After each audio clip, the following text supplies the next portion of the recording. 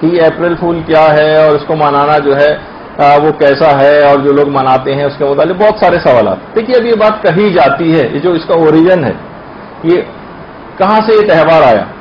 کہا یہ جاتا ہے کہ جب عیسائی اسپین میں داخل ہوئے تھے کرسچنس، تو انہوں نے اتنا خون بہایا تھا وہاں کے مسلمانوں کا کہ ان کو یقین ہو گیا تھا کہ اب کوئی مسلمان باقی نہیں بچا. یہ ہم جو آج کل قتل و غارت گری چلتی ہے بعض اوقات پریشان ہوتے ہیں، یہ بھی ان قتل و غارت گری کے مقابلے میں بہت کم ہے جو اس سے پہلے ہو چکی.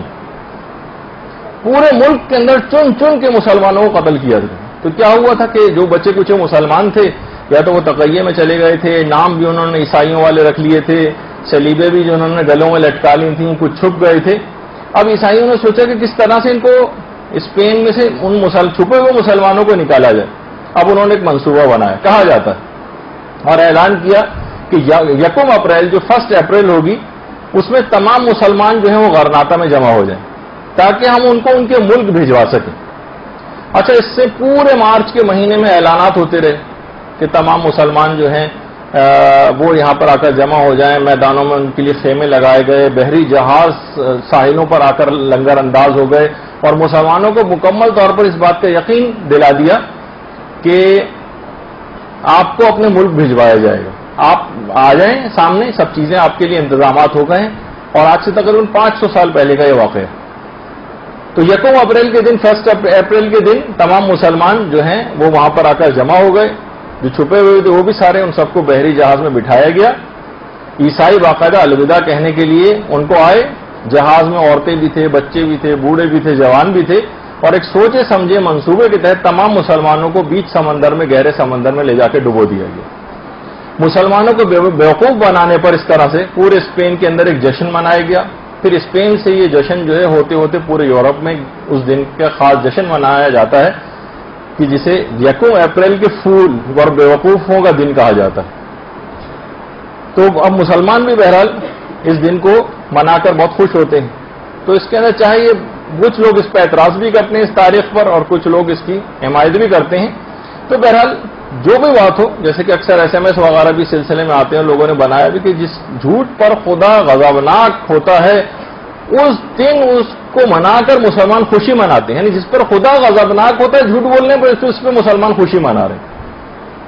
تو بہرحال جھوٹ بولنے کی انتہائی شدت کے ساتھ، بہت سختی کے ساتھ ممانعت آئی ہے، بہت شدت کے ساتھ ممانعت ہے، اور بہت سخت حدیثیں اس سلسلے میں آئی ہیں کہ لعنت اللہ علی الکاذب و ان کان مازحا، لعنت ہو جھوٹے پر چاہے وہ مذاق ہی میں کیوں نہ جھوٹ بول رہا ہو. اور اب ہو سکتا ہے کہ چلیں واقعہ بالفرض کی یہ تاریخ کو ہم کہیں کہ نہیں بھی ہے، کہ کچھ اور تاریخیں بھی بتائی گئیں کہ اپریل فول کا دن جو کیوں منایا جاتا تھا، اور بہت سارے اس کے جو اوریجن والی جو چیزیں ہیں وہ بتائی جاتی ہیں. لیکن اگر یہ نہیں بھی اگر ہو تب بھی اس دن جو جھوٹ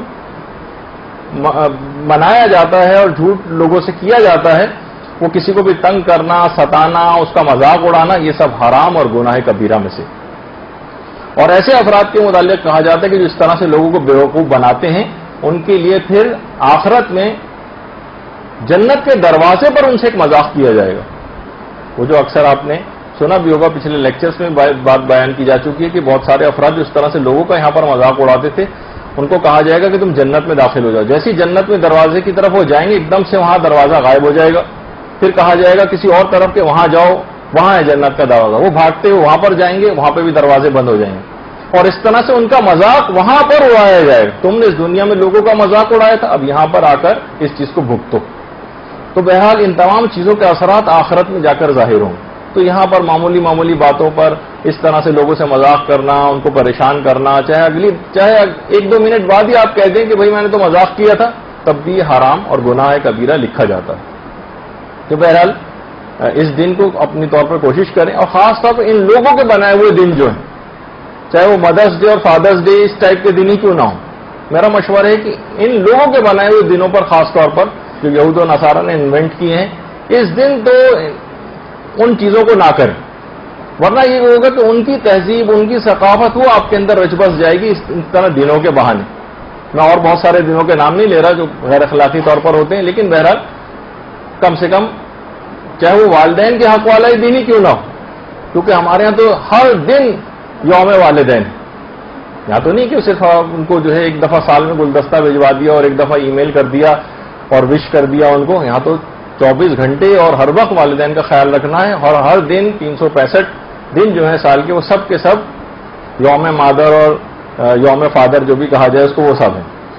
برحمتك يا أرحم الراحمين وصلى الله على محمد وآله